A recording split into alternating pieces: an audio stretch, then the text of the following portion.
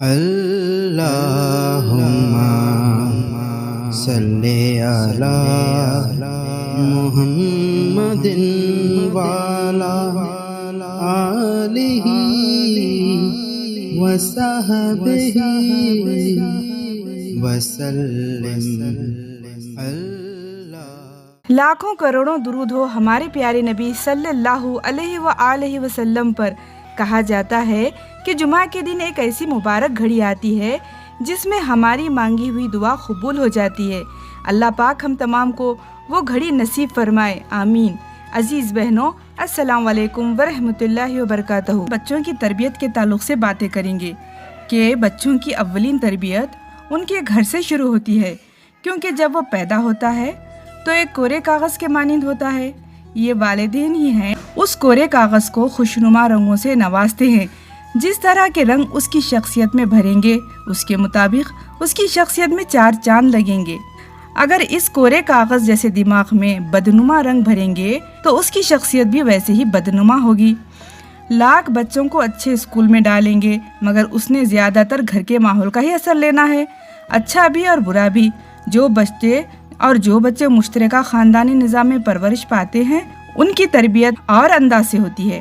جو الگ گھر میں ایک چھت کے نیچے والدین کے ساتھ پلتے ہیں وہ کنفیوژن کا شکار نہیں ہوتے۔ جو والدین کہتے ہیں وہ ان پر عمل کرتے ہیں، اچھی بات بھی اور بری بات بھی۔ اس تجربے کے تعلق سے ایک سچا واقعہ ہے جو کسی خاتون نے پیپر میں لکھا تھا، وہ میں آپ کو سنانے لگی ہوں، غور سے سنیے گا، شاید آپ کے کام آئے۔ وہ خاتون بتانے لگی کہ میں اپنے ساس اور نندوں کے ساتھ رہتی ہوں، چاہتی ہوں کہ بچوں کی تربیت اسلامی طرز کی کروں، انہیں گناہ ثواب اور اللہ کے احکام اور جو اسلامی اصول ہیں ان سے آگاہ کروں، مگر کیا بتاؤں کہ مجھے ایسا کرنے کے لیے کن مشکلات سے گزرنا پڑتا ہے۔ اور پھر وہ بتانے لگی، ایک روز بچے نے دراز میں رکھے ہوئے روپیوں میں سے 10 روپے میری اجازت کے بغیر لے کر اپنی بیگ میں رکھ لیے۔ دوسرے روز بھی اسی طرح روپے لے کر وہ بیگ میں رکھ رہا تھا کہ میں نے دیکھ لیا۔ وہ ابھی بہت چھوٹا تھا اور اسے گناہ اور ثواب کی اتنی سمجھ بھی نہیں تھی، لیکن میں چاہتی تھی کہ ابھی سے بچے کی تربیت ایسی کروں کہ وہ اچھائی اور برائی میں تمیز کرنا سیکھ جائے، اور یہ بھی چاہتی تھی کہ ابھی سے ان کے ذہن میں یہ بات راسخ ہو جائے کہ انہیں گناہ سے بہرحال بچنا ہے۔ اس لیے میں نے اسے ٹوک دیا اور اسے بتایا کہ بیٹا اس طرح روپے نہیں لیتے، اپنے ماما کو پوچھتے ہیں، اس طرح لینے سے اللہ تعالیٰ ناراض ہوتا ہے اور یہ گناہ ہے۔ اس نے معصوم نگاہوں سے دیکھتے ہوئے پوچھا، ماما گناہ کیا ہوتا ہے؟ تو میں اسے سمجھانے لگی، بیٹا اس طرح چوری سے پیسے لینے سے اللہ میاں ناراض ہو جاتے ہیں اور بچوں کو سزا دیتے ہیں، اس لیے ہر بات ماما سے پوچھنی چاہیے۔ تمہیں روپے چاہیے تھے تو میں دے دیتی، یہ گناہ نہیں ہے، اگر پوچھے بغیر لوگے تو گناہ ہے۔ میں نے یہ بات جب کہی تو اس نے وعدہ کر لیا کہ وہ ہر بات ماما کو بتائے گا اور روپے چاہے ہوں گے تو چوری نہیں کرے گا بلکہ ماما سے مانگے گا تاکہ گناہ نہ ہو۔ یہ کہہ کر وہ اپنی پھوپھی کے کمرے میں چلا گیا اور سارا ماجرا اسے بتایا اور کہا، پھوپھو روپے چوری سے لو تو اللہ میاں سزا کے طور پر دوزخ میں ڈالیں گے۔ تو پھوپھو نے پیار کرتے ہوئے جواب دیا، توبہ، تمہاری ماں تو بہت ہی سخت ہے، اتنے سے بچے کے ساتھ گناہ و ثواب کی باتیں کرتی ہے، وہ روپیے تمہارے پاپا کی کمائی کے ہیں، اس میں گناہ والی کون سی بات ہے؟ اللہ کوئی گناہ نہیں دے گا۔ معصوم بچے کو یہ سن کر عجیب پریشانی ہوئی، وہ سمجھ نہیں پا رہا تھا کہ کون ٹھیک کہہ رہا ہے۔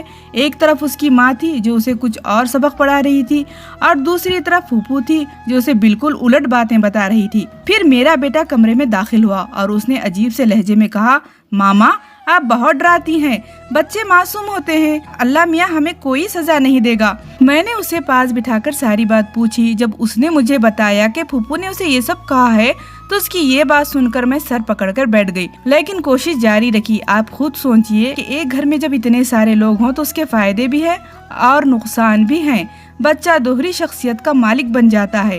میں ابھی اپنے بیٹے کو اچھی باتیں سمجھاتی اور بری باتوں سے روکتی ہوں، مگر اکثر ایسا ہوتا ہے کہ وہ میرے ان اصولوں کے جواب میں ایسی باتیں کرتا ہے کہ جسے سن کر میں حیران رہ جاتی ہوں، اس کی باتیں سن کر لاجواب ہو جاتی ہوں، مگر یہ سوچ کر اپنا فرض نبھاتی رہتی ہوں کہ انشاءاللہ اچھائی جلد برائی پر غالب آ جائے گی اور میرا بچہ بھی یہ سمجھ لے گا کہ برائی کیا ہے اور اچھائی کیا ہے۔ وہ خاتون بالکل ٹھیک کہہ رہی تھی، اسے بچے کی تربیت میں بہت مشکلات پیش آ رہی تھی۔